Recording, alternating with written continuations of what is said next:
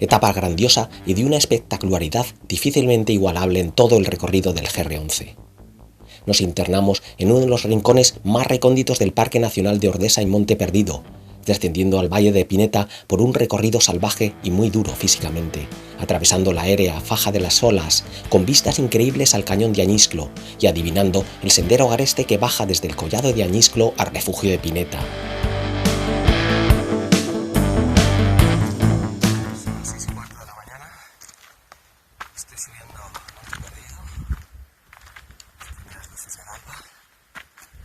Se ve al fondo el cilindro Marboré y el collar del cilindro.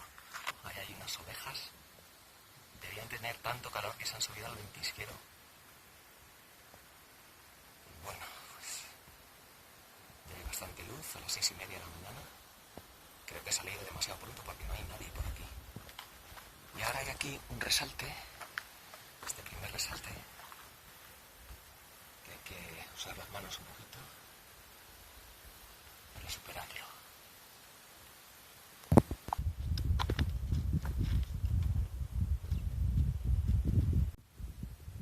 Está el cilindro del Marboré, el Monte Perdido queda más a la derecha, es la montaña calcárea más alta de Europa. Todos estos terrenos calizos son complicados de gestionar, hay continuas subidas, bajadas. Este es el caos que comentaba antes, calizo, estoy en el medero, ahí arriba, hay luz bajando ahora mismo.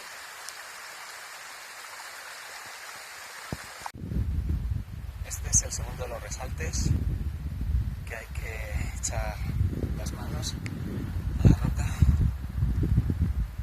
Tiene un poquito de nieve. Estoy acercando ya al collado del cilindro, que es el pico este justo al fondo.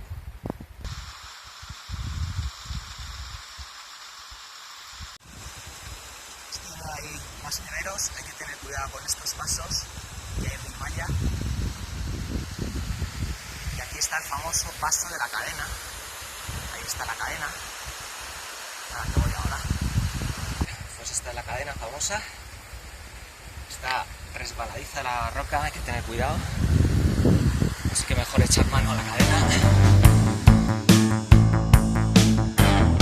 El lago helado del Monte Perdido hace décadas permanecía congelado incluso hasta principios del mes de agosto. Cuando el calentamiento global apenas era mencionado en los noticiarios, el glaciar cubría totalmente la escupidera y el piolet y los crampones eran necesarios para superarla incluso en pleno verano.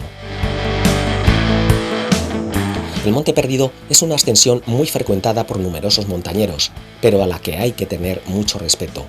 La famosa escupidera o canal empinada que conduce a la antecima es uno de los lugares que registran más accidentes en los Pirineos, muchos de ellos mortales. La presencia de nieve o hielo es muy frecuente, incluso avanzado el verano, y no ir equipado convenientemente con piolet, casco y crampones puede suponer en ese caso un suicidio. Conviene informarse de las condiciones de la ruta antes de intentar alcanzar la cima de la montaña calcárea más alta de Europa. Hoy, el retroceso de los hielos ha dejado en apenas un recuerdo este glaciar, que en la parte norte de la montaña se resiste aún a desaparecer por completo. Junto con los glaciares relictos del Possets y del macizo de la Maladeta, conforman las masas heladas mayores de España, condenadas a desaparecer dentro de unas décadas.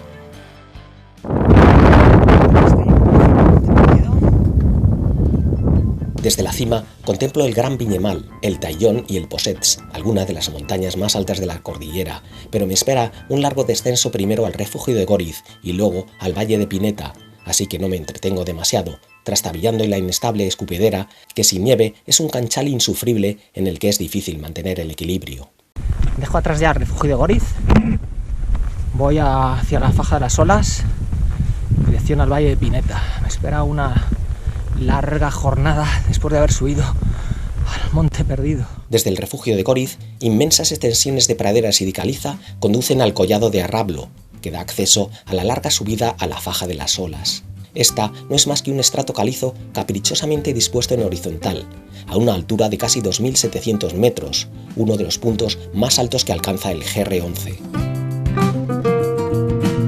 El lejado balido de las ovejas y algún que otro montañero me acompañan en el paisaje kárstico impresionante que faldea el Somme de Ramond, bajo el cual paso.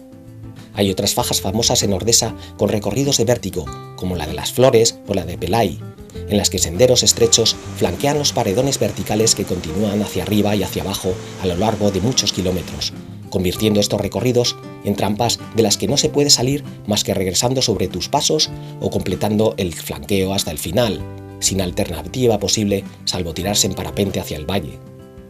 Me atrevo a decir que la Faja de las Olas es uno de los recorridos por sendero balizado más impresionantes de Europa, habiendo visitado la mayor parte de las cordilleras del viejo continente.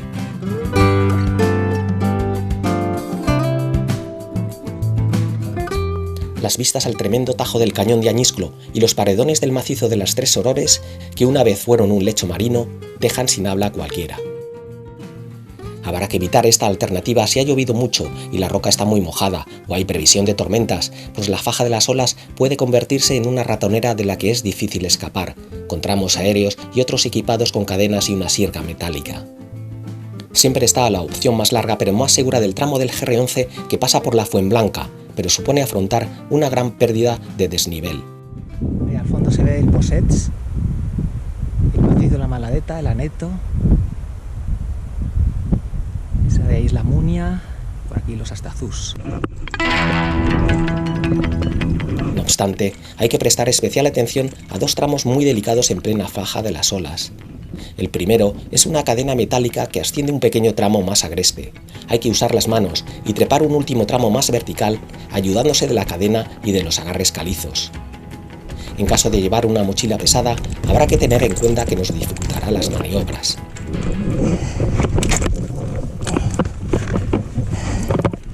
Aquí otro juego de cadenas que, bueno, de cable, pero es una placa rebaladiza. Es mejor hacerlo en plan un poco rappel. El segundo tramo es una larga laja inclinada y húmeda en descenso, que conduce a una pequeña cascada muchos metros más abajo. Aquí se ha instalado una sirga o cuerda metálica que puede usarse para evitar un resbalón, aunque mejor usar guantes si se dispone de ellos. Cuidado porque corta.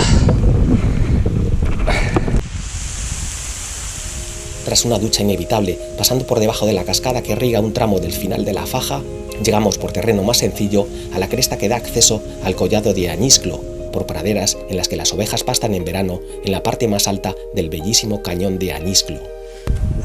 De ahí vengo, ya se ve aquí el valle de Pineta.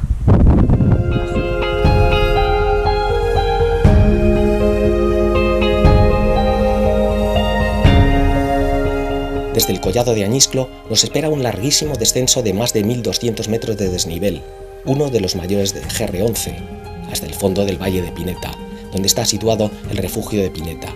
El sendero es abrupto y difícil, pese a estar balizado como GR, con pasos de destrepe incluidos en los que hay que usar las manos.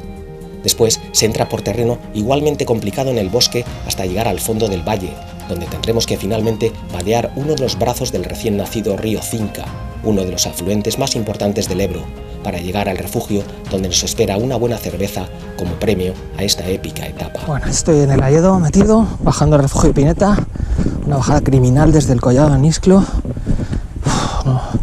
No conozco ninguna tan dura como esta, no sé qué hora voy a llegar al refugio. Esto me lo han advertido, que hay que cruzar el río sin puente para llegar al refugio de Pineta, si no hay que dar una vuelta tremenda, yéndose hasta el Parador Nacional. Estoy de renga. A vadear el río.